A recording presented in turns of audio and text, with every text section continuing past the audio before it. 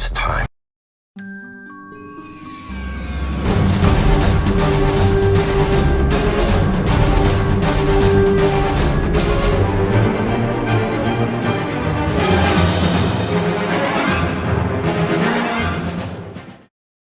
Welcome back to Disney Marvels for the week of May 8th, 2022. This is episode 175. Disney Marvels, the show about Disney, Marvel, Lucasfilm, Muppets, Pixar, 20th Century, the parks, and much, much more. If it has to do with Disney, it's fair game. I'm your host, Matthew Graken. Hey, happy Mother's Day to all the moms out there, whether you're a mother-to-be, a proper mother, adoptive mother, a foster mother, a grandmother, whatever your case is. Happy Mother's Day. I hope you had a fantastic day. Here's to you celebrating everything you do every day for your family and for others. We'll be back after these messages from our friends and sponsors.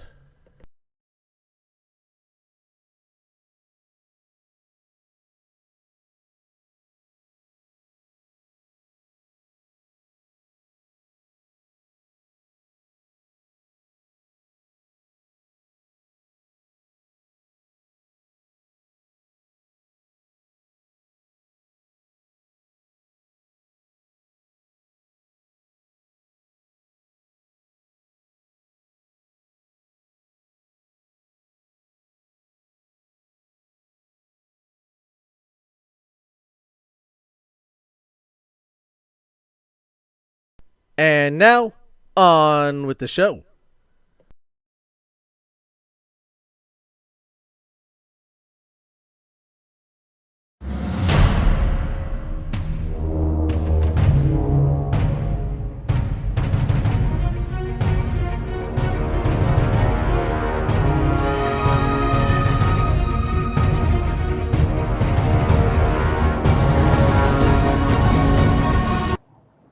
Recently, well, as recent as WandaVision last year, Marvel has brought us the idea of the multiverse. That not everything happens, or not every decision just leads to one path. Multiple decisions happen at different times and cause different universes to be created from there, and things keep expanding, and going crazy. And they gave us WandaVision, and Loki expanded into this idea some more. And then we got What If, because we didn't think What If had anything to do with the MCU till we found out it has everything to do with the MCU. So we now finally get Doctor Strange in the Multiverse of Madness, which we were supposed to get a couple years ago. But it has come upon us. And someone who knows all about being in a multiverse and traversing a multiverse, just like America Chavez, we have Isaac on to join us to talk about this film.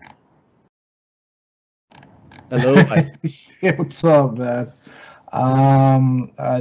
man? I struggle to even move around in this universe, let alone multi at this moment. But okay, so thank you for the introduction.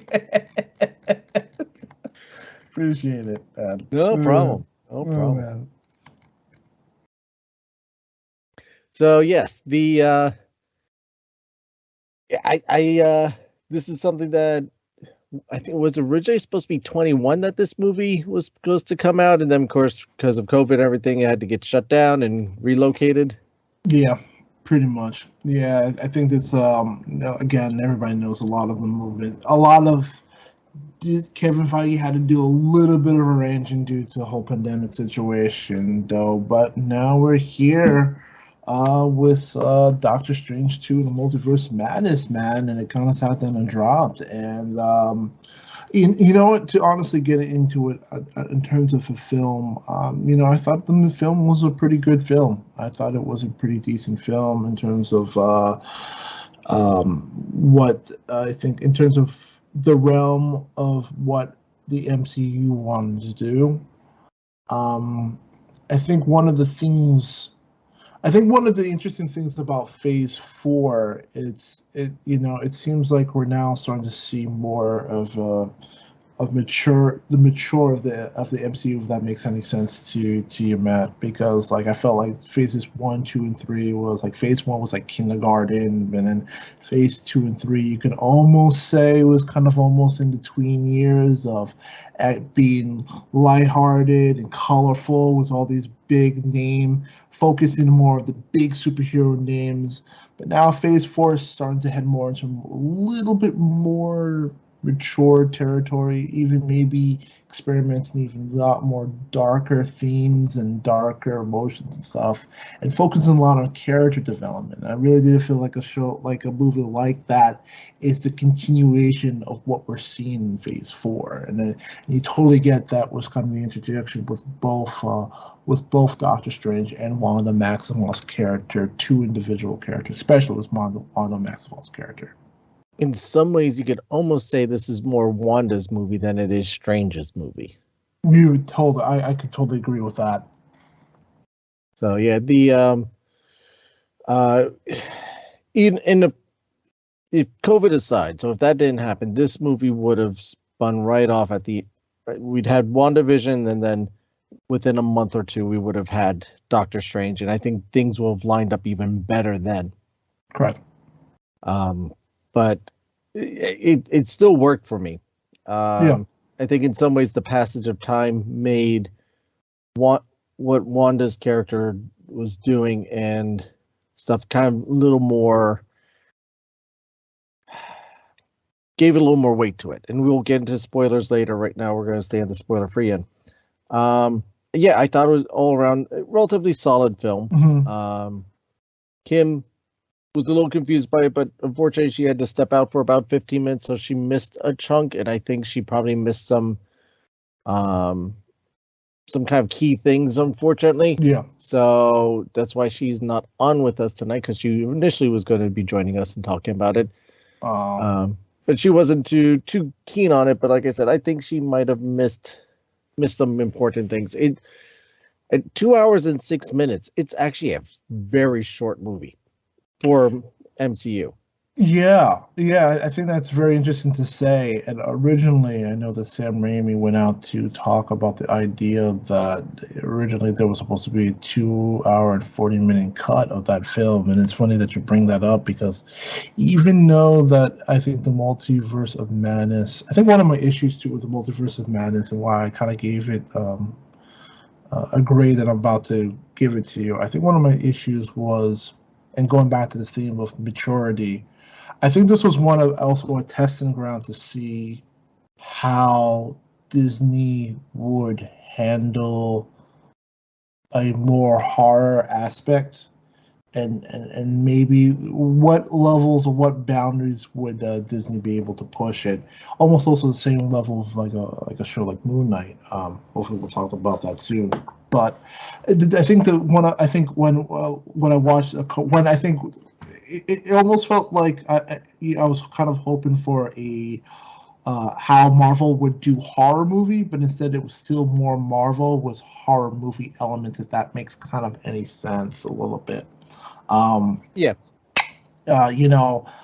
a part of me just felt like, again, there were some really cool ideas, and especially when we go talk about our spoiler moment, was a certain Illuminati that happened in the film. There were some really, I felt like there were some moments where you felt like, okay, Marvel, Kevin Feige's kind of running the situation, but then there were some moments where okay, Sam Raimi was kind of allowed to kind of do his thing, because I think Sam Raimi was pretty good at, really good, if you remember, show like movies like the Spider-Man series greatly had a lot of horror like themes into it if you really paid attention to it. And I felt like those same kind of themes, especially in Spider-Man 2, I think it was one of the ones, kind of made their way into this form of movie, into even a couple of themes actually made their way into particularly Doctor Strange and the Multiverse of Madness, where I kind of felt like that. But other than that, I thought that it was a very good movie. I like the dynamic between both Benedict Cumberbatch and the newcomer. I think I'm hopefully, Lord, I don't butcher her name, but I believe it's Xochitl Gomez. Is that correct? I think it's Xochitl I believe it's Xochitl Gomez. I know it's like almost like ass. She's Mexican Aztec name, but Yeah, it's playing Xochitl, right? Xochitl Gomez. I had it here a moment. Yeah. And Yeah, it can't. Yeah, Xochitl Gomez. Okay. I thought she did fairly well in this movie. As American Chavez, yeah. So yeah, as American Chavez, I liked what they did. I wanted a little more out of this character. Mhm. But again, a 2-hour movie. I thought we got a fair amount. I would say actually though for a 2-hour movie, I would love to see the 2-hour and 45-minute version. Yeah, yeah, I agree. Because I think this was just a little too quick and a little too rushed. There were some moments that I was hoping to get a little more out of and get stuff to breathe a little more. Mm-hmm. Maybe this is a side effect of having the Disney Plus series where we get a 6-hour movie more or less. So you get those breathing moments and you get the character building moments. We do get some backstory on Strange and some of the characters, but I think that's one of the downsides to this movie is that it was very fast paced, and you literally hit the ground running at the beginning. Oh yeah, I agree. Yeah, I felt like, and why I go back to Sam Raimi, especially particularly in Spider-Man, and how the movie it kind of is it's almost tit for tat, play for play from a Sam Raimi, like the Spider-Man movies back in 2000, and how they would start the opening. They start the opening big with Somogora chasing around, and basically Doctor Strange kind of going through his moveset, and then Wong played, and then Wong basically played by Benedict Wong. No, the relation there, who's basically also now master, who's now called Superior Supreme at the moment. The two of them kind of playing with each other with their movesets, and right now just kind of showing their stuff early off the bat, which I think was really, really incredible too. One part though, I want to jump back into the beginning to which I thought was really interesting was the wedding scene. In the beginning of the wedding scene when he sits down for which I believe is Dr. Christine Palmer's wedding right now, and the very interesting conversation he has with, I guess, the former doctor that he used to work with, basically kind of explaining how he lost his cats, his brother, and everybody in the blimp. And I think it was a really interesting part where he goes and asks the question was that the only solution that you had to beat Thanos? I'm paraphrasing it, and basically looked at him and said, yes. And I thought it was kind of really intriguing and very interesting that he said that because, of course he had no idea or business what happened in Infinity War. But, the idea to kind of have that morality to be like, yeah, that's the only play that we could have, I thought was quite like an interesting moment for Doctor Strange to kind of sit there and think about, in that particular moment of time. I almost took that as he almost blamed Strange. In a way, yes. That it's, was that really the only option? Mm-hmm. And that's how I took it, that it was more of a jab at Strange that, no, that probably was not the only option, but that's the only option that you wanted to take, or something along that line. Almost, yeah, and it's funny too, and I think it's something that he had, he kind of dwelled on a little bit too. Like again, he had no idea exactly what happened, because again, he's like, you look at him, and I think what's really cool about the character is he's arguably one of the most powerful. Internet chatter has said since Infinity War, these are the two most powerful players in the MCU that could have defeated Thanos single-handedly by themselves, which is very, very intriguing. And out of all the decisions, that was only one decision that he could come up to play that would win everything, which I believe is going to be a very interesting test moving forward. Exactly. So I think it's also cool on how these two that powerful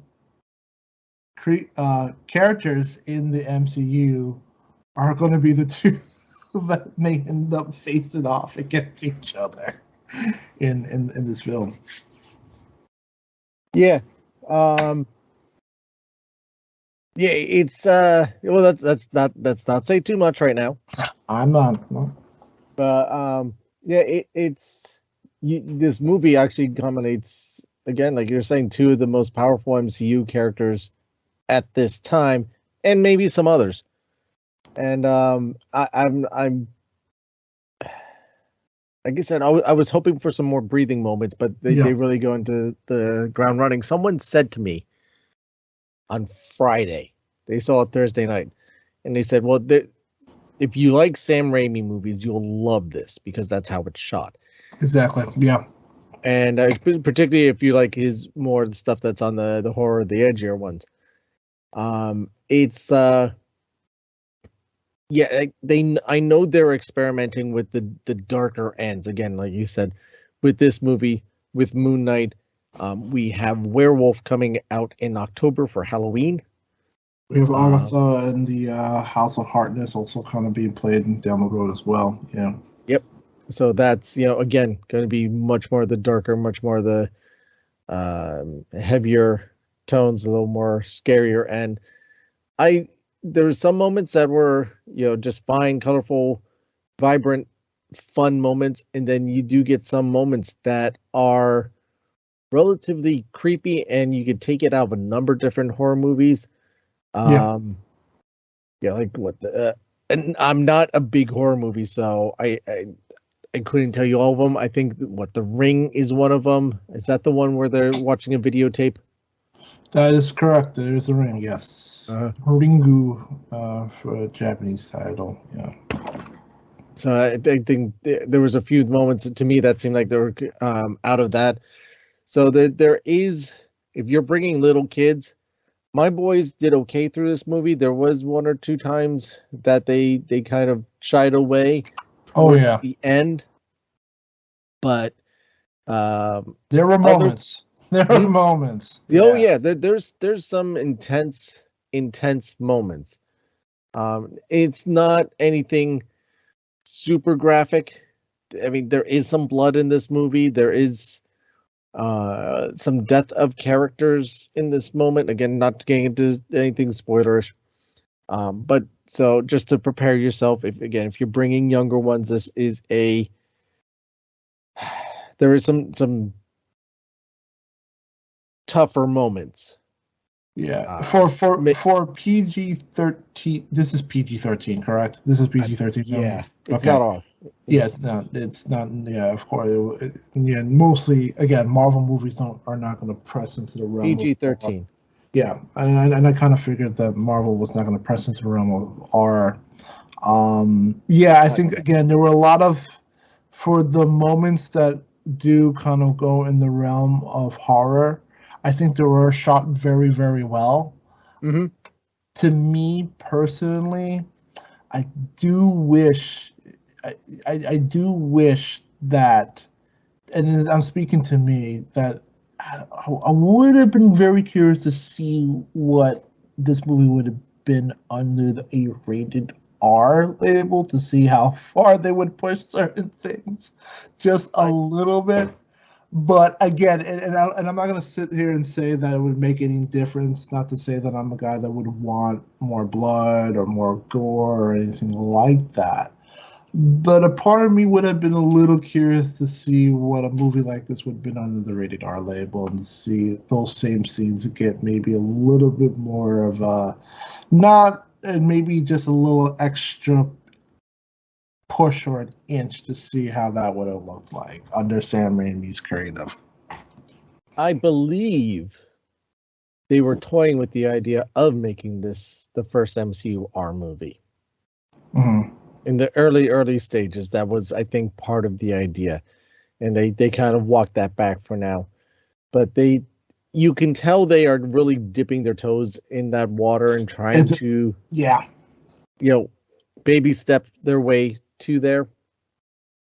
Right now, they're that playing. being said, they're playing in the shallow. They're playing in the Yes. shallow. The dipping into a shallow pool of rated.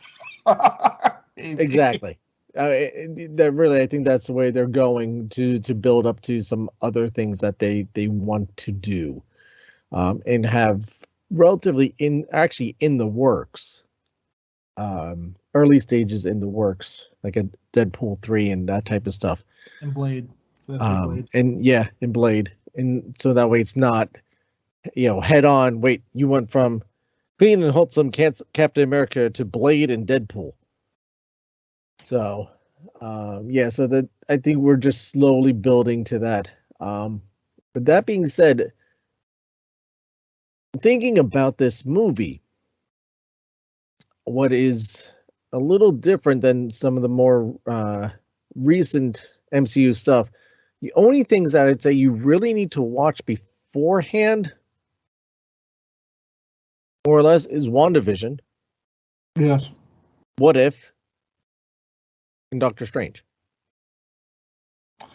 That is very funny because I was thinking about that too, in terms of, because I know we've been on your show and other Matt, we always talked about, okay, how a lot, since there's so much in the library of films right now for a new guy or for a newcomer that wanted to jump into a film like this so soon, But yeah, I feel like those are the probably the three best films that you can kind of start off with too. I may also maybe include in Infinity War, just to give a little more background on Maximoff's character and the pain, if you want to. But I do agree with you. Those are probably the movies and the television show that you want. But also, kind of building onto your point, I feel like now, like, Disney probably feels like, hey, we're kind of already at a point where we've now built the audience, and even if they don't get any new people, this gives a great reason for people to buy Disney Plus. Again, not an advertisement, but just kind of like, okay, here, hey, if you really want to understand exactly what's going on, this is why you want to get Disney Plus moving forward.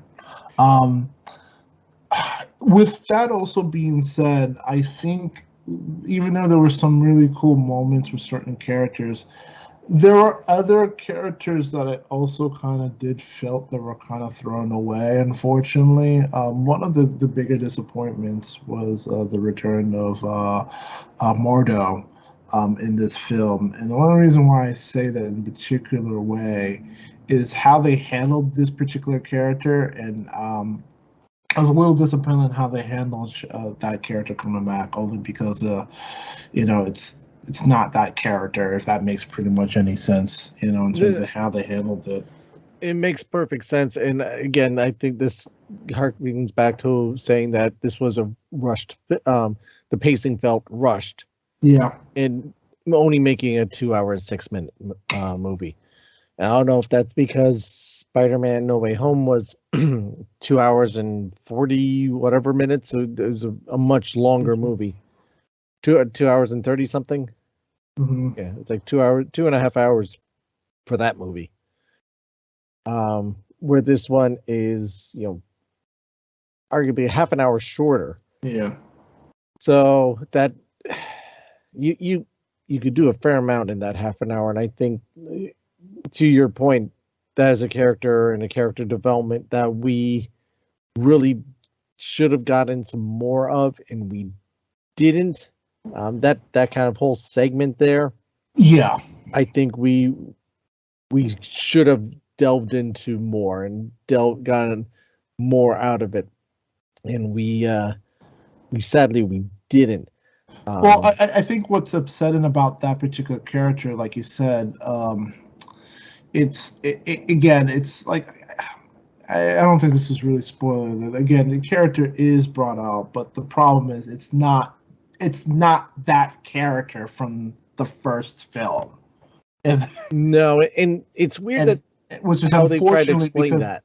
It's unfortunately, it's not that character from the first film, and again, the same investment the fans built from the first character isn't this one of the second one, because if anybody remembers of that first character of Mordo presented in the first one, he was built on trying to go after every magical person on the planet, and that was supposed to be, which you would arguably would think would be set up in the sequel. Unfortunately, this character had no real emotional connection towards that, clearly, whatsoever, though. But it just felt like the actor was just kind of thrown into the pile for that one. So that really was a little bit of the bigger disappointment, and how Chateau Zettelforth's character came back into this particular film. Yeah. Why don't we give our rating? Okay. And then we'll delve into some more spoilers type of things. Yeah, so, Isaac, what are you going to give this movie? I'm going to give this a 7 out of 10. I think, again, this was still a very fun film. I think there was a lot of great moments in this film. I think there were a lot of great, good ideas. But again, I think throughout what we're talking about, generally speaking, I think the movie, in certain times when we talk about movies being way too long, we maybe don't want to sit there for a 3-hour film. This could have been a lot more warranted, just to be able to explore a little bit more of the ideas. It'd be cool if Disney, maybe in the minds, would come out with a special edition where maybe we get to see more Sam Raimi's ideas. Maybe Director cut. A director cut that gets a little bit explored. I don't know if Disney does director cuts for a lot of them. I doubt they do. I think did any MCU get a director's cut? I doubt it. Trying to think here. I don't think any of them got a director's cuts.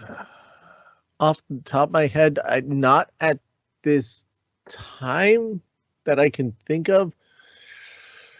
I know they have stuff to be able to put in, and I think they're just shelving those ideas for some other point to kind of pull out of their back pocket.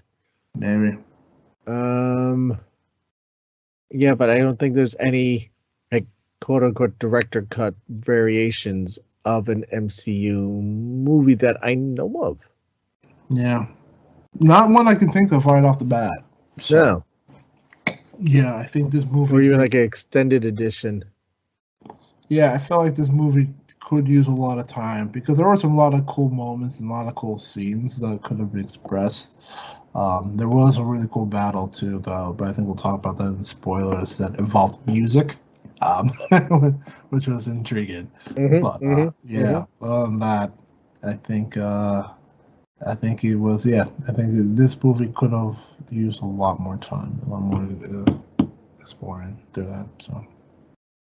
So yeah, I myself, I'm gonna go with the, I'm teetering between a 6.5 and a 7. I think I'll give it the full 7. It was a fun movie.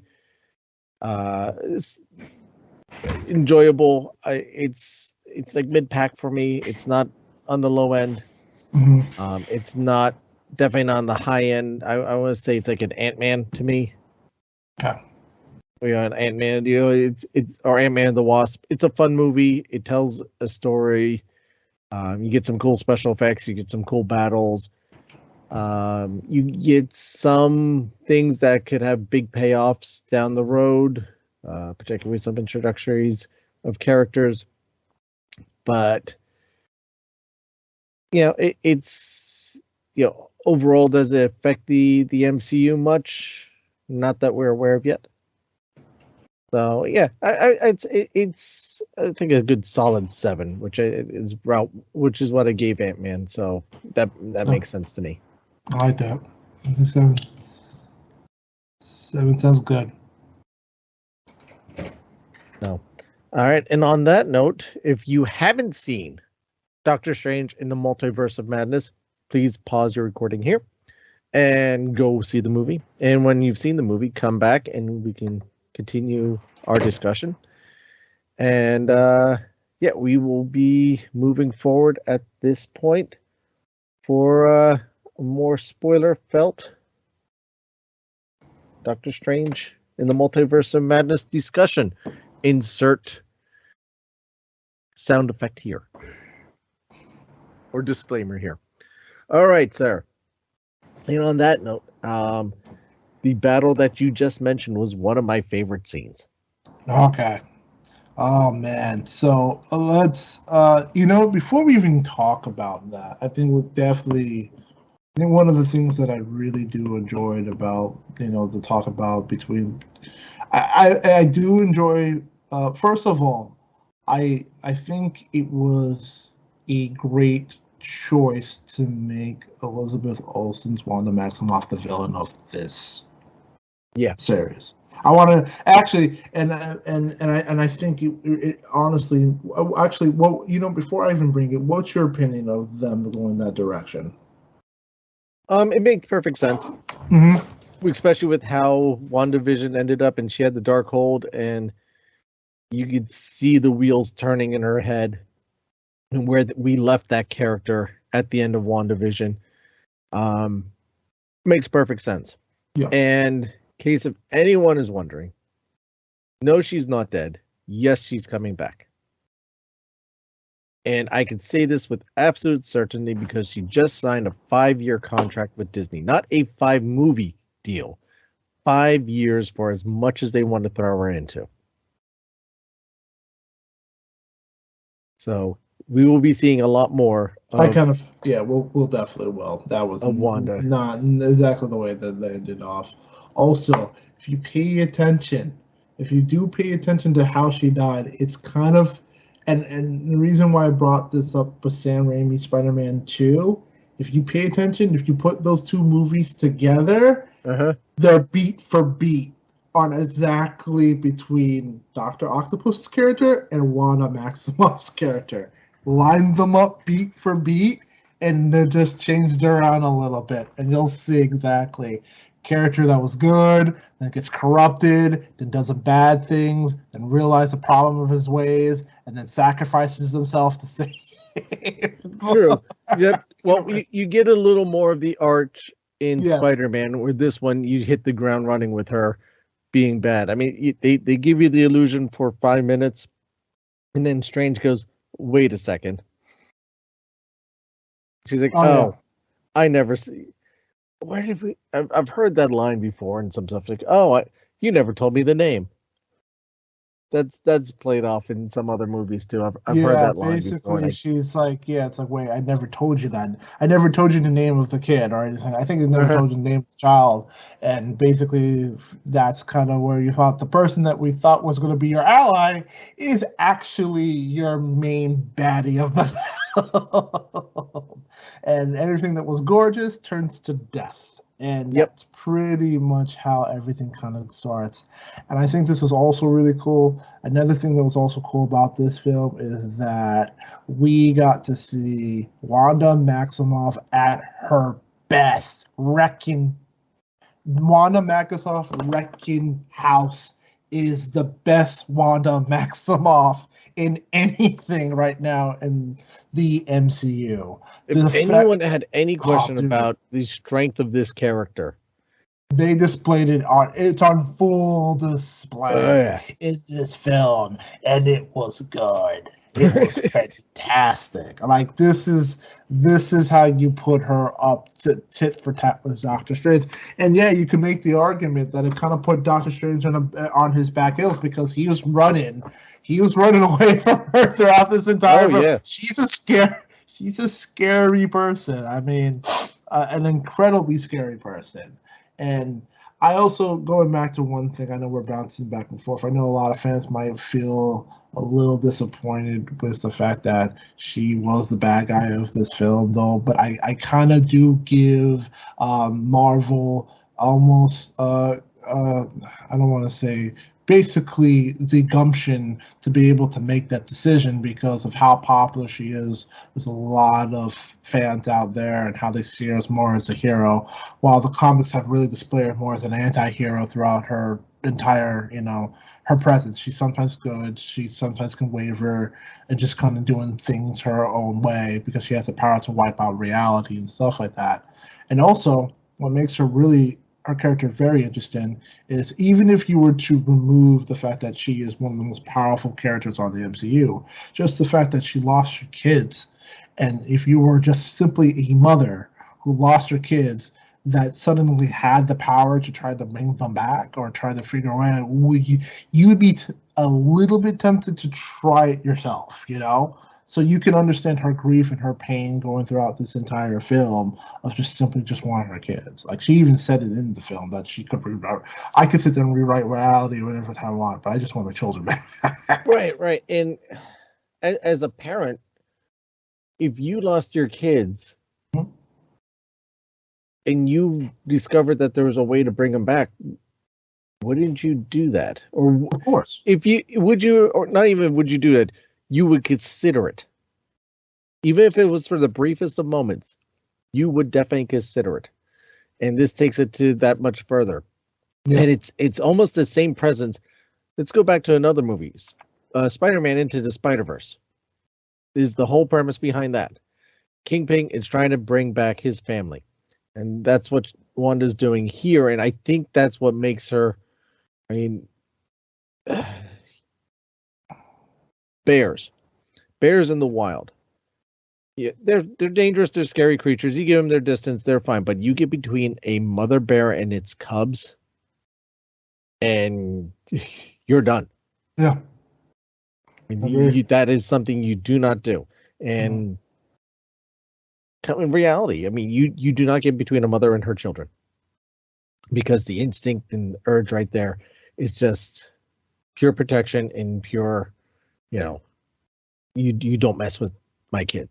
Exactly. So this is, this it made perfect sense to me why she was doing that. And everyone's like, well, people are saying, well, what about Vision? How come she didn't do anything? But Vision had his arc, and this is something she was tempted with her children, given the briefest moment, and then had them abruptly taken away. Vision she already lost and she brought back. Her kids she never had. Briefest moment they were there, and then was gone, ripped away from her. So the arch that they put this character through, I think, is fantastic. I said this with WandaVision. This is one of, I think, the most tortured characters in the MCU. Oh yeah, wonderful. Yeah, she lost her brother. She lost her love. She lost her children. Mm-hmm. She lost, in a way, she lost her home. She lost her country was constantly in war. Yeah. How would she not be at the point that she is at this movie? Mm-hmm. And to go to whatever extent, which fast forward, the resolve, I think, is beautiful as well. Yeah. We can get to that at some point. It's. I think this, I said this with the character of Thanos, where you can understand the villain and where they're coming from, makes them that much more compelling. I agree. Now, some of the stunts that they had that character do, like whenever they were at the temple and she started coming out of the water and coming out of the gong and stuff, that was creepy. That was creepy. That was Sam Raimi at his best, man. That was some really cool, and I think that's where like a really cool horror elements where you bring up Ring and how like the ghost comes out of the television. She captures those same creepy movements and elements in the way that she's moving. Like, yeah, this was an amazing performance from Elizabeth Olsen on her side. As just being a dangerous person throughout this entire film. Yeah, no, this was good. Wanda's character was really, really good. I really did enjoy this. Here's with that being said, to kind of move on to, I want to just slightly focus on American Chavez's character. What were your thoughts on her in terms of the introduction of her character and the power and all that stuff? Like, what's your feelings on her? I thought was pretty cool. I wanted a little more out of her. Mm-hmm. Are we talking like performance wise and like, story wise? Story wise. Yeah, I think story wise, the performance was decent. Mm-hmm.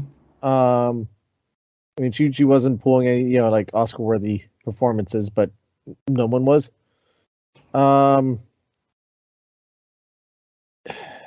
Yeah, I in the powers and stuff. Yeah, I'm all right with it. Yeah. I mean, it's a cool power. Don't get it's like it's cool to see her Mike Tyson her way through the universe, but it's like I think one of my weird is like one of my weird things about that power too is like also I think it's a cool effect every time she punches it makes us a star.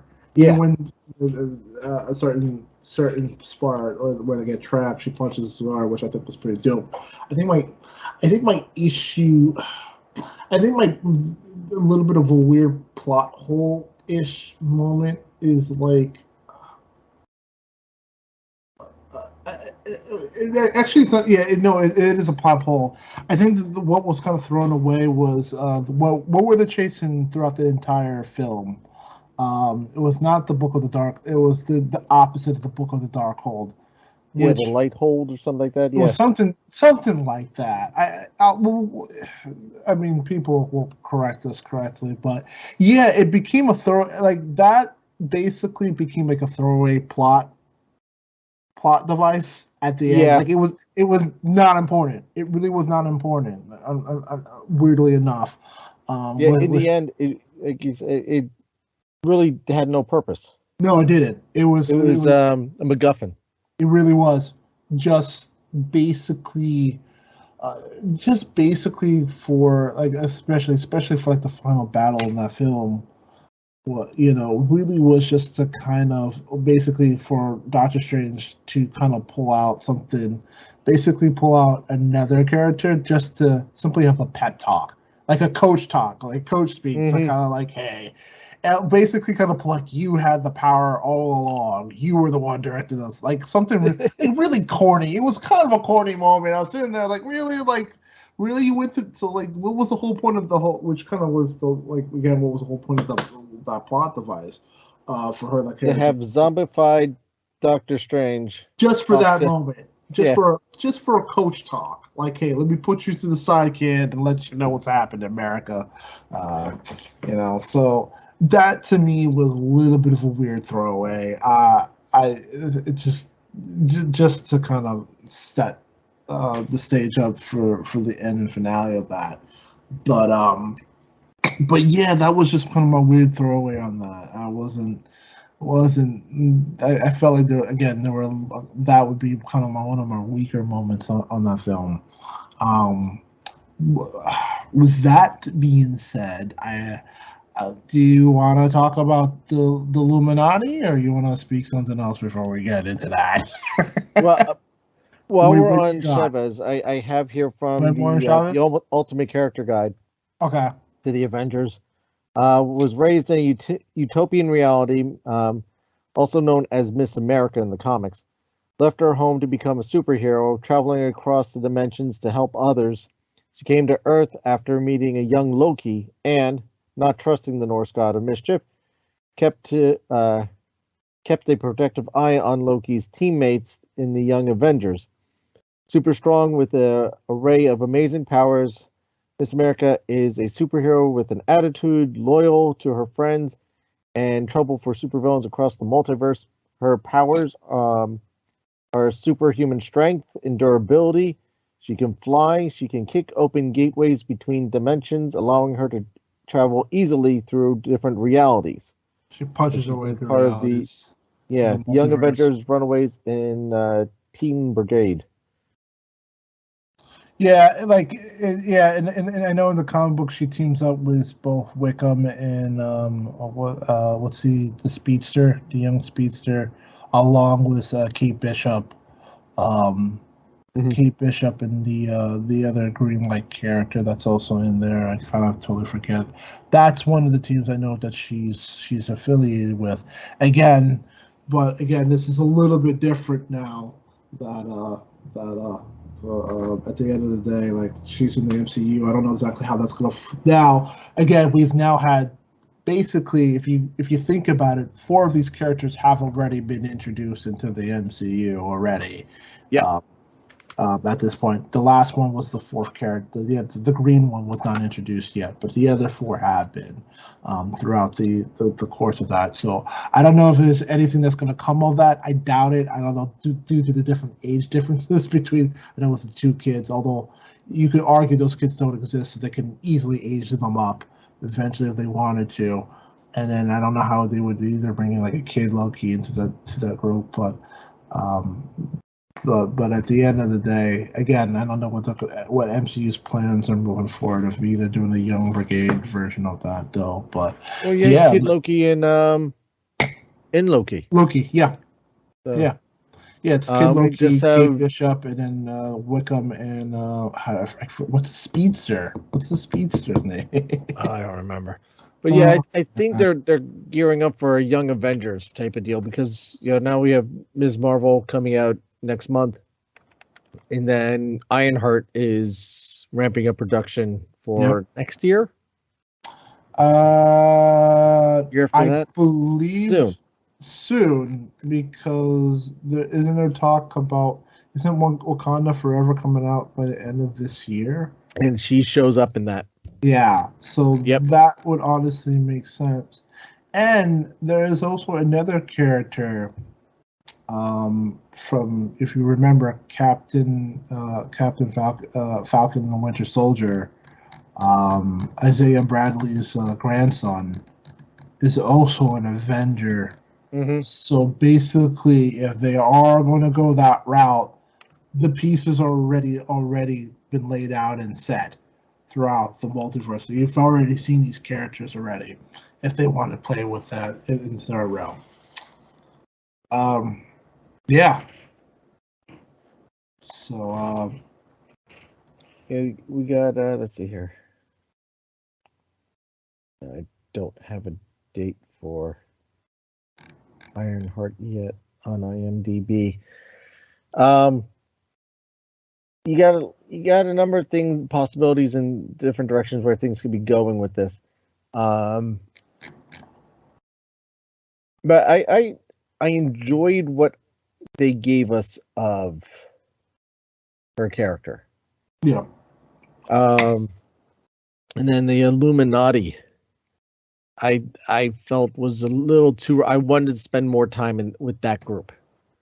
That whole area. Yeah. Unfortunately, it wasn't until the end where it's, oh, these are Ultron bots. And, yeah. Mr. Fantastic showed up, and we got a brief moment of that. Yeah. With the idea that we will be seeing a lot more of him relatively soon. Mm.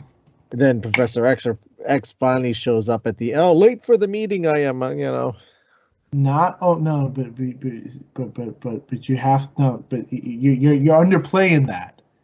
Not only did Patrick Stewart's Charles Xavier showed up in the yellow hovering wheelchair, he showed up in the hovering wheelchair playing the '90s classic theme song. Oh yeah. How did you know, dude? How did you know? When they played the little theme song to it, I was like, "What are you doing? Like, dude, are you trying to make me bump this movie to an 8?" Well, yeah. I think Jim Hill said that he heard he's not playing the X-Men movie Patrick Stewart. He is playing the '90s animated series Professor Xavier.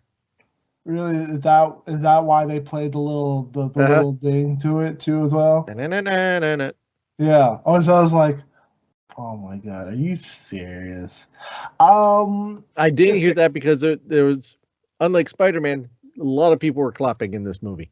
okay. They cheered for Mr. Fantastic, and then they cheered even louder for Professor Xavier. Yeah, especially when they play the little ding.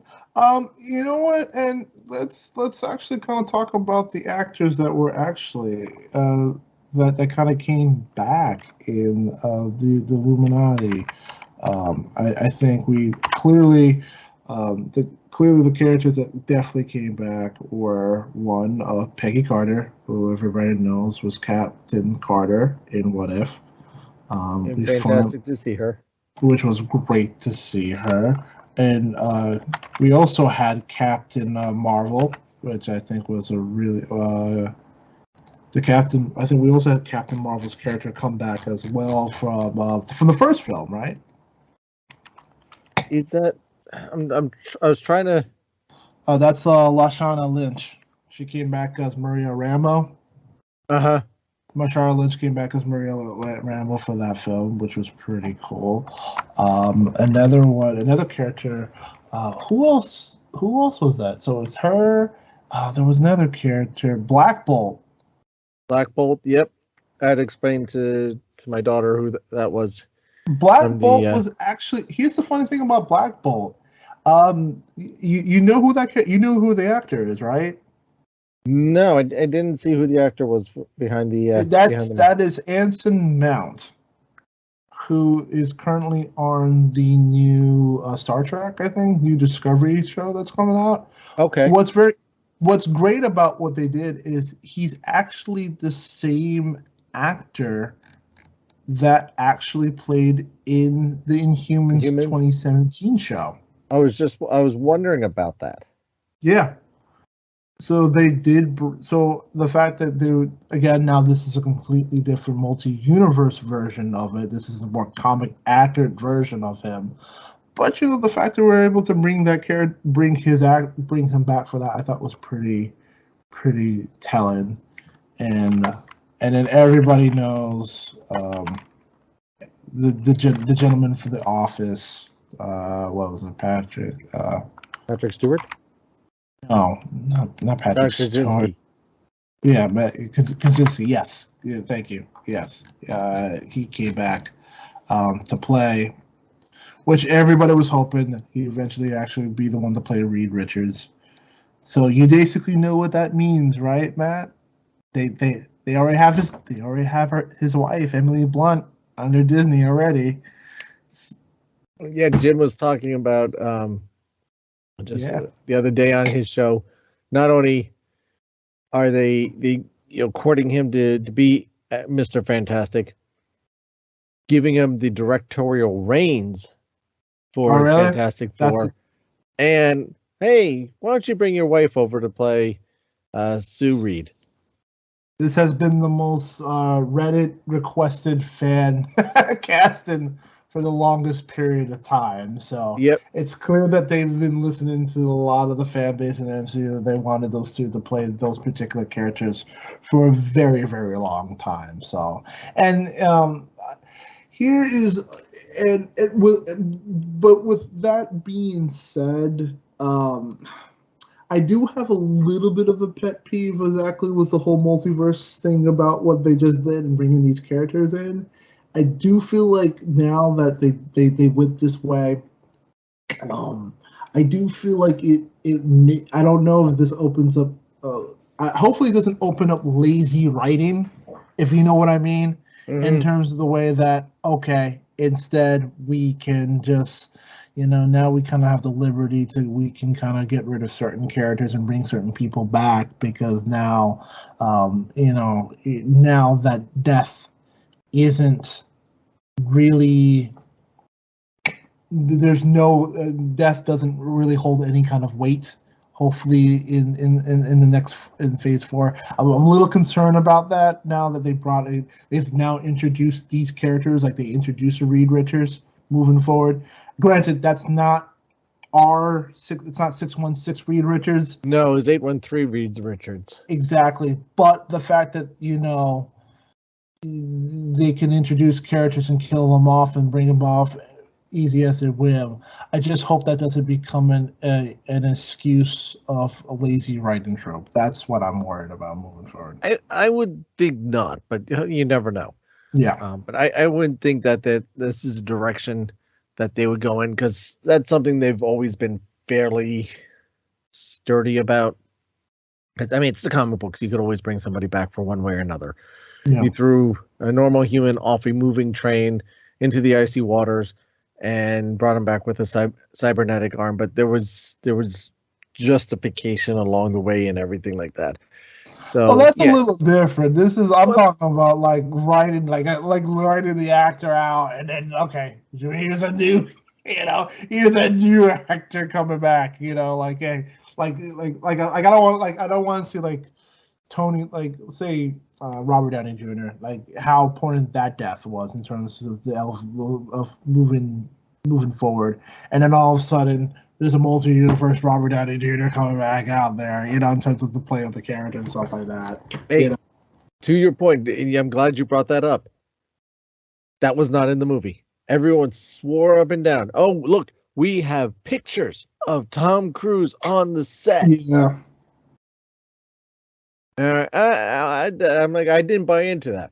No. Oh yes, he's there. He's gonna be and he's gonna be playing this and that and this. It's absolutely happening. Nope. Just like they saw Harrison Ford in costume filming this final scenes of Boba Fett weeks before it came out. He was there, and he was in London, and he did this, and he was there, and this is going to be the end of Boba Fett. It's going to be Harrison Ford showing up. Nope. So, just food for thought for anyone who believes everything they read on the internet. Nope. Sorry, not happening. No, I'm happy that didn't happen though. But that being said, but yeah, go back to that Illuminati fight. That being said, in terms of now bounce and all that, even when they introduce all those characters, I'm like, yeah, you're just there to die. You're just there to get was that hurt. Brutal. God, brutal. The worst. Okay, out of all of the deaths, who do you think got the worst? Out of everybody in the Illuminati, who got it the worst? Who got the worst death? Yes. Black Bolt. Yeah.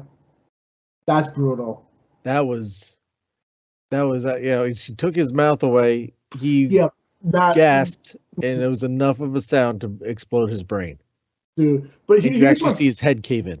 Here's my problem with, and I think this is where I wish they went a little bit more rated R with it, which like maybe they'd be a little bit more lenient with more blood on that in that situation. His whole head exploded. Although here was like really stupid writing. Reed Richards did before going into this weird spiel of like, stop. I understand how you're feeling, Wanda. Oh, also, if you do anything, Black Bolt can kill you with a single word, which basically is like, Reed, why would you bleep and say that? Like, Wanda was probably not even thinking of that until you mentioned it. Considering that she didn't know who he was. Exactly. And why would you sit there and mention that to her, to think of that in the moment? Again, really not. Again, there was like a little bit of dumb writing, a little bit of lazy writing that kind of creeped in. So much for the smartest man in the universe. Yeah, exactly. And then he died and turned into a bunch of balloons, little balloons, and he turned to spaghetti. He turned to spaghetti, which was pretty hilarious. Peggy Carter's was also pretty, right? That's because there's more of an emotional connection to Peggy Carter. Yeah, I think there was a lot more of a bigger connection to that too, though. However, and I feel like this was where this fight scene, where we got to see more of the Sam Raimi like editing and cuts and focus on situations where it kind of moved in and stuff like that, especially when the moment when they zoomed in Peggy Carter's face. Like there were like a lot of the violence in here was a lot of they don't directly show it to you, but they imply, if that makes sense. they imply the violence. I wish they showed me it in those certain situations. Again, implying works, but I really wanted to see that happen just to see like the real the shock value of it. You really wanted to see Peggy Carter cut in half? Yeah, man, dude. Like, What's yeah, wrong listen, with you? if She's you're a gonna beautiful woman. Why do you want to see her cut in half? listen, I love me some Peggy Carter, dude. I love me some Hatwell, dude. But if you're gonna cut her in half, I want to see her get sliced in half, man. It's like the Darth Maul scene. That's what ran through my head. Yeah, I really wanted to see Black Bolt's head blow up. I mean, containing explosion sounds sucky, but I really wanted them to go all out on that. Yeah, Captain Marvel's death was like that one I really didn't understand. Like, you're kind of like one of the more powerful heroes in said universe, so for her to die that way that she did was also a little shock in terms of Captain Marvel. Also, another good death was Professor Xavier. That was pretty. That was a nice one. I almost got up out of my seat and screamed. That was No. The nice, good old next step. Next step in the mind. Again, that's a moment I thought could have played out a little longer. Oh yeah. And because there's so much detail, even though the scene is barren, you see nothing but the door and then the crumbled bricks, but there's so much detail in that it's actually Wanda's old home from Sokovia, because you had the TV, you had the collapsed building which her and her brother were in, and you hear the bombs going off. So it is the whole where they lived, her and her brother. Yep. That's where she trapped herself. Yeah, yeah. Which was elaborate trap, which I think was more of a trap than an actual hearing suck. She knew what she was doing. She was trying to absolutely find Laura in just so they can get this. That way, Professor Xavier gets that sweet release. Yeah, but I would have liked to seen them like grapple and battle a little bit first. In the Mayan battle? Yeah. Yeah. It's almost for like almost like a like in Planet Hulk where Bruce Banner tricks Doctor Strange, gets him close, and then he gets him in as Bruce Banner, and then in a minute that Doctor Strange is close, which is back to Hulk, just to crush his hands. That way he can no longer cast and use magic spells. It's kind of like that. I thought that was it was a nice little nod that I thought of. So it was really well done. That. Oh yeah, that was that was something else. And that chase scene through the tunnels was fantastic. Oh, dude, it was incredibly like scary, man. How they did that, it was well done, well pushed to that. Incredibly well done. It was like something out of Aliens, you know, getting chased down, and that was, that was really good. So something early in the movie I wanted to bring up and see if you noticed this. Mm-hmm. And I just got my head spinning a little bit. So at the beginning, when Wong and Strange, after they rescue Chavez, and they're sitting down in the cafe, and they're eating and they're questioning her, and she asks them, well, what kind of experience do you have with the multiverse? And Strange goes, oh yeah, with Spider-Man and the whole thing. I'm like, wait a second, weren't you supposed to forget about that? That was really interesting. That was totally really interesting. Hold on now.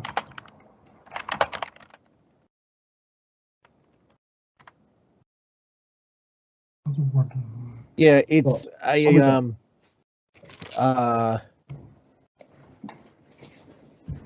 I wasn't sure. Now, Paige said to me that it was only forgetting who Spider-Man was, and not the events of everything that happened. But to me, I thought it was kind of like a wipe the slate clean and forgot about the events that happened. Because whenever Peter Parker goes back and sees MJ's character, and she has the cut on her head, but it didn't seem like she remembered how she got the cut on her head, where only Peter just remembers the events of everything. So that's because then she would remember who Peter was. So I think that's kind of like a catch-22 thing. So I thought they would kind of just, okay, maybe they remember who Spider-Man is because he's still swinging around and everything like that. But to the events that surrounded it, where the 3 Spider-Man show up and the planes and the universes colliding and splitting open and characters starting to come through, I thought that's something that again would have just kind of gone erased from most to everybody's memory. Because even Happy remembered who Spider-Man was. Even Happy remembered who Spider-Man knew of Spider-Man, but not who's that Peter Parker is Spider-Man. He doesn't even remember doesn't recognize Peter Parker whatsoever.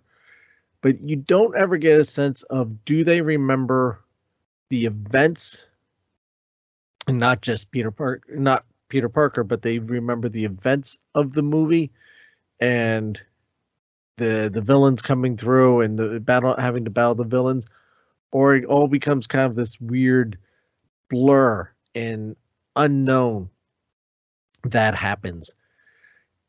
So that's a scene to me or line to me that seemed a little bizarre. That, oh yeah, we have a Spider-Man, and we have it's comical because how they play off, and we have the insect Avengers, and then we have the magical Avengers, and we have these other Avengers. But what do they remember? But obviously he remembers everything, I guess, because they said, oh yeah, we have experience in this. We dealt with the multiverse with Spider-Man. I don't. It's a little hazy to me, and they quickly plow through that. Now, from my understanding, because again, going back to the original order of release, is that this movie would predate Spider-Man No Way Home, and it was America Chavez who's the one that ended up bringing the different Peter Parkers in together, because she would put the whole punch the hole into reality and be able to pull in, hey, look, here's Tobey Maguire. Boom, hey, look, here's Andrew Garfield, and brings them all together. And, well, things being as they are, we ended up with Doctor Strange after Spider-Man. Sony was able to produce it a lot faster than Marvel was able to produce this one, but Marvel's got their hands pretty full with a lot going on at the moment. So what is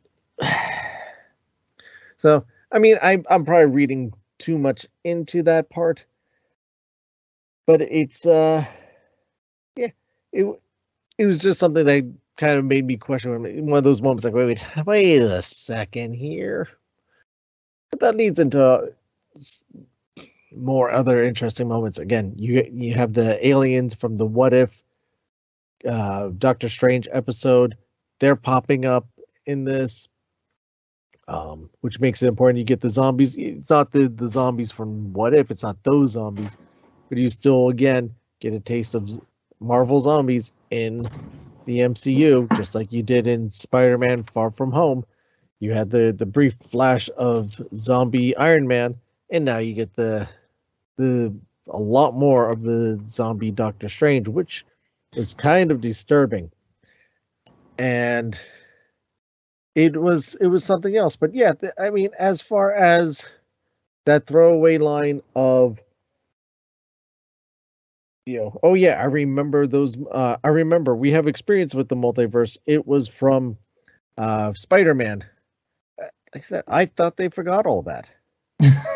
Yeah, that was actually really well. Again, and I think there was again one of those weird writing points again where maybe again, where it feels like when you're dealing with Disney and with everything that's happening right now, it feels like writers can tend to forget about a couple of key moment points right now. I think it's so difficult to kind of keep in track of what's happening right now. It can be kind of a little bit overwhelming right now in terms of little points like that. So, again, I think that it is one of those kind of weird, like now, I think I again I think you're starting to see more in Phase 4 where they're trying to focus on more on just individual movies still within the MCU, so they can still pull characters out to hopefully like the next writers or directors that come in, they're not burdened with trying to remember everything that's happened within the last 23 films moving forward in these movies. So yeah, I think but that was a weird notice about like, okay, are these plot points making sense? How is he saying this even though clearly you're not supposed to have any remembrance of it though? But I guess maybe that's just Doctor Strange. Maybe Doctor Strange is the one that's supposed to remember who Spider-Man was, but Spider-Man. No, he even said that he wouldn't remember. Oh, did he? Yeah, he said he wouldn't remember who Peter Parker was. But like I said, maybe he just they remember the events. Maybe, probably. Yeah, but maybe. Yeah, a little bit of a story error in that kind of situation. I could totally see that. It was just a quick nitpicky this thing that came up. But I think let's finish up. Let's talk about that battle between Strange and Strange. Strange and Strange. Yeah, so I thought that was a very interesting creative way that they did that. I thought that was interesting. Throw it in, what, it wasn't Beethoven in the Phantom of the Opera, and there was a number of different pieces, and it just kind of threw.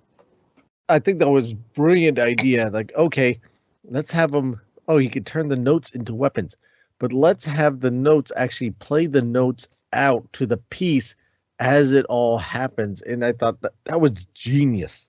Yeah, that was a very creative moment. I thought throughout that in that fight between both of the Strangers and stuff like that, as well as fighting against the one that had the third eye too, which I thought that was pretty interesting as well. So, I thought that was very clever and very well done how that was played out between the different like orchestras. And for people that are probably music buffs or who are really big into classic musicals, I think people would be able to recognize a lot of those different music that was thrown out there and how it kind of affects that. I thought that was pretty neat. I thought it was dope. I recognize them at this moment, though I couldn't tell you which pieces they are, but it was just so I was just so Beethoven and Phantom of the Opera were the two ones that stuck out with me the most. I want to believe I think Phantom of the Opera is the most. Maybe Beethoven, I don't know, but it was just really genius. Yeah. Visually, the auditory, just so it just really sucked you into that battle because the intensity of the music matched the intensity of the battle with the highs and the lows, and when they put up the shield of the staff and then the notes hitting that and you just get the bounce back. I love this. This was wow. This is one of the more creative battle type of methods that you could have done, and no better way to do it in a Doctor Strange movie. Yeah, fits in with the whole madness theme. I can tell you that. All right, testing your knowledge. What's up with the third eye? I was actually going to ask you that because I actually isn't that, I know what's the third eye. What I'm guessing was the third eye. Isn't that like now that you've become all more more all-seeing, all more what's the word? Omnipresent? Is that? Yeah, wasn't that the whole point of that? Which basically kind of, I know that it's really important to Doctor Strange now that he reaches that level. It's all for a big reason for that. Other than that, I know that just makes him more all seeing now with that third eye. Yeah, it's I know they had it in the What If. So when he was absorbing all the other creatures' powers, he did develop that third eye. Yep. Which is where I thought that was the He strange that saw he was the fighting. Doctor Strange she was fighting. I Yeah. thought that too, but then I think again that Strange right now is babysitting. Remember, it's babysitting Killmonger and Yeah, in and the Zola, alternate universe. Doctor Zoloff at the moment. Yeah, so that I knew it wasn't that particular Doctor Strange. There's so many different multiverse versions of Doctor Strange, like I said, throughout the entire universe, which I thought was pretty interesting. So, And they all messed up with Christine.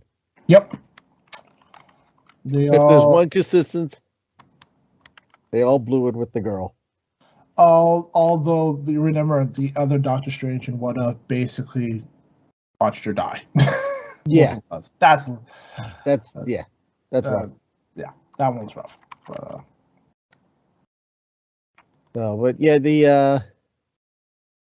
that battle was good. Um, yeah, yeah. Who was that girl in the first? There's two after credit scenes. Who was the girl in the first one? oh, okay. So the girl that was introduced, and has actually come. I actually kind of remember her name. I forgot. I all I know that. Okay, played by Charlie Theron, right? That's Charlie Theron's character. That Charlie Theron that just popped out. I think so. Yeah. So with her, that is. I know that is a Doctor Strange future wife that just got Okay. introduced into the realm, and which is it's funny that you brought uh, her up. I want her. I think her name is Cena. I'm pretty sure her name starts with C, like Cena. But all I know is that she is the. I want to say she is the daughter to Dormammu. And basically, if you remember, her ripping that portal, that universe portal, is them Yeah. going back into Dormammu. I'm messing up the bad guy's name for the first one's world, because I think whenever he fought him and messed everything up, I think kind of messed that world up, and that's her basically. Because I know in the comics,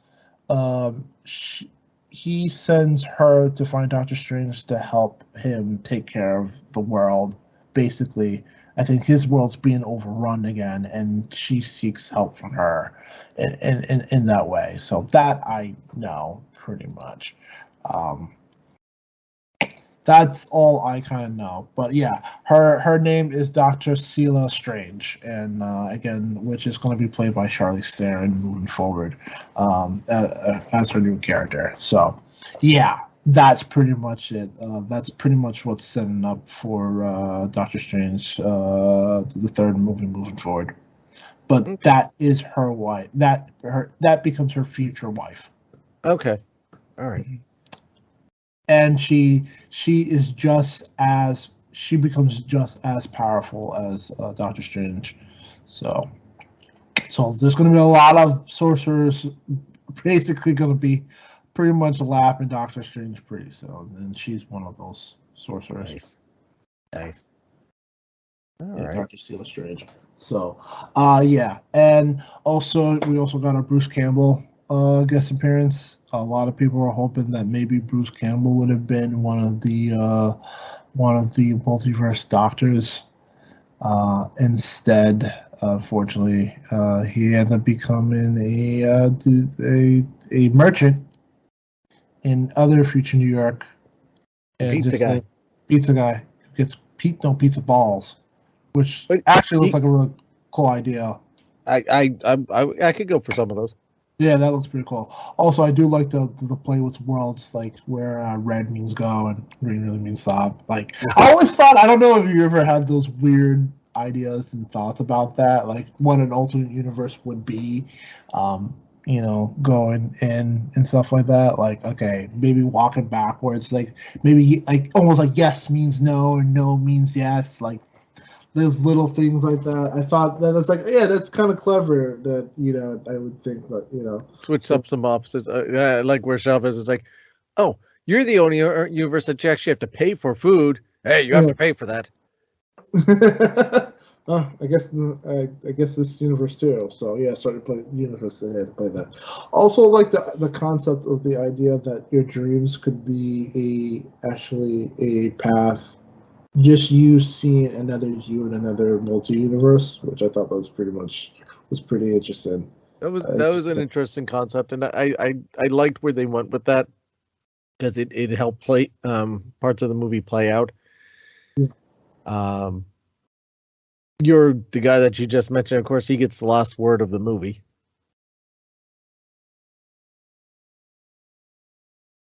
Did you not see the second end credit scene? Yeah, pretty much. It was that which was cute. It's over. It's over. Done. Punching himself in the face. Yeah. Bruce Campbell punching himself in the face. Yeah, I remember that. But yeah, other than that, in terms of the film, yeah, beat by beat, it was again a lot. Again, it would have been nice to see certain ideas fleshed out a little bit more longer. Yeah. And maybe pushed a little bit more further than what was originally done, though. But yeah, and that's why I said again, I feel like it was not they didn't jump in full into the pool in the horror elements. I think they just kind of dabbled in the shallow end of some horror. It was still a Marvel movie foremost, but with some horror elements thrown in. Right. Which, you also kind of wonder in moving forward.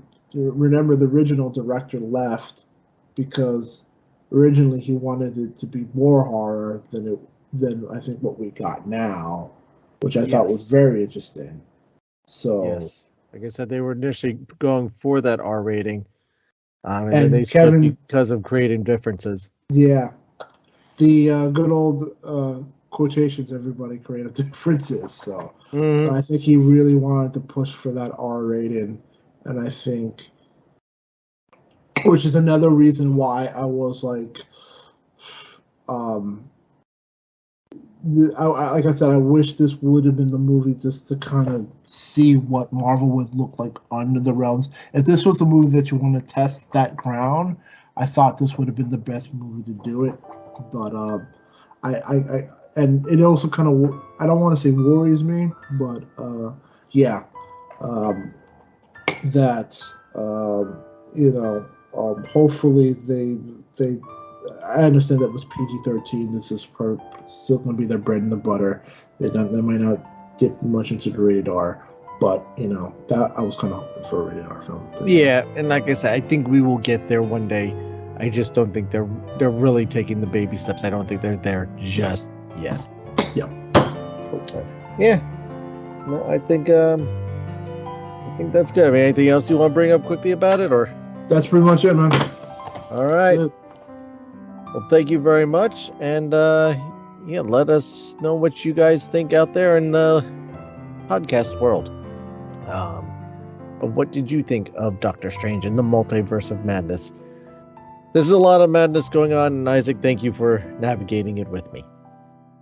Appreciate it, man. Thank you for having me on, man. My pleasure. My pleasure.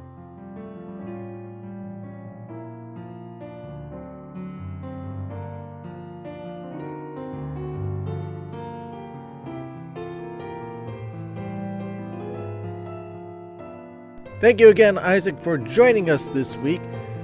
Again, what is your favorite part of Doctor Strange in the Multiverse of Madness? Or would you think of Doctor Strange in the Multiverse of Madness? Join the conversation on Facebook. Our Facebook group is facebook.com/groups/Disney Marvels Podcast. On Instagram, we're at Disney Marvels Podcast, TikTok at Disney Marvels Podcast, and on the Twitter at Disney Marvels. Don't forget to subscribe to our YouTube channel where you can hear the audio version of the podcast plus some other things that we've been posting. Feel free to reach out to us, be heard on the show. You can leave us a voice message through the Anchor app or Anchor.fm website, or record your own message electronically on your smartphone, tablet, computer, and email it along with any questions or suggestions you may have to disneymarvels@gmail.com. Don't forget to check out the latest Disney Marvels blog at disneymarvels.blogspot.com. One day I will update that again some more. Links to all of these are in the show notes. I want to thank you for your time. I know how little time we all have. I say this every week, and I do mean it. I know how crazy life is. To get stuff done, there's not enough hours in the day. And the fact that you get to spend some of that time with us, or that you do spend some of that limited time you have with us, means a lot to us. I mean, we really do appreciate it. Again, like I ask every week, please let people know that you're listening. Share the links out on social media. Tag us along so we know that's what's going on. And if you really, really feel generous, go on to Apple Podcasts, leave us a rating and review. Rating and or review. You can just do a rating. You don't have to do the whole review part if you don't want to. It helps the show out a lot that way. Lets other people find out about the show and helps. Yeah, Apple will do its part too. You can do this on Spotify as well. Leave us a rating on there. Walt believed in a big Disney family, and so do I. Don't forget to subscribe to the show while you're at it. This way you always know when a new episode is posted. While you're at it, also consider becoming a premium subscriber. Truly help the show out. This way you get more movie reviews, video reviews, etc.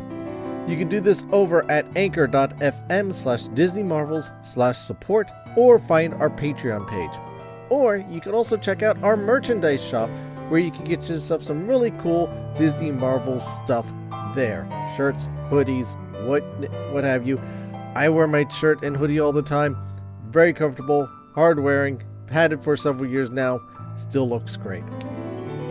You can find links to all these in the show notes as well. Because remember, this show is brought to you by listeners like you. In Japan, broken objects are often repaired with gold. These flaws are seen as a unique piece of the object's history, which adds to its beauty. Consider this the next time you feel broken. That's by Anonymous. Remember, be your own hero. Never give up. Never give in. It's okay to ask for help. You are worth more than sometimes you realize. And now I'd like to end this week's show with a quote from Walt Disney himself. Disneyland is a thing that I can keep modeling and shaping. It's a three-dimensional thing to play with. But when I say play with it, I don't mean that. Everything I do, I keep a practical eye towards the appeal to the public. Again, that's from Walt Disney. Thank you again for listening, everyone, and I'll see you next time.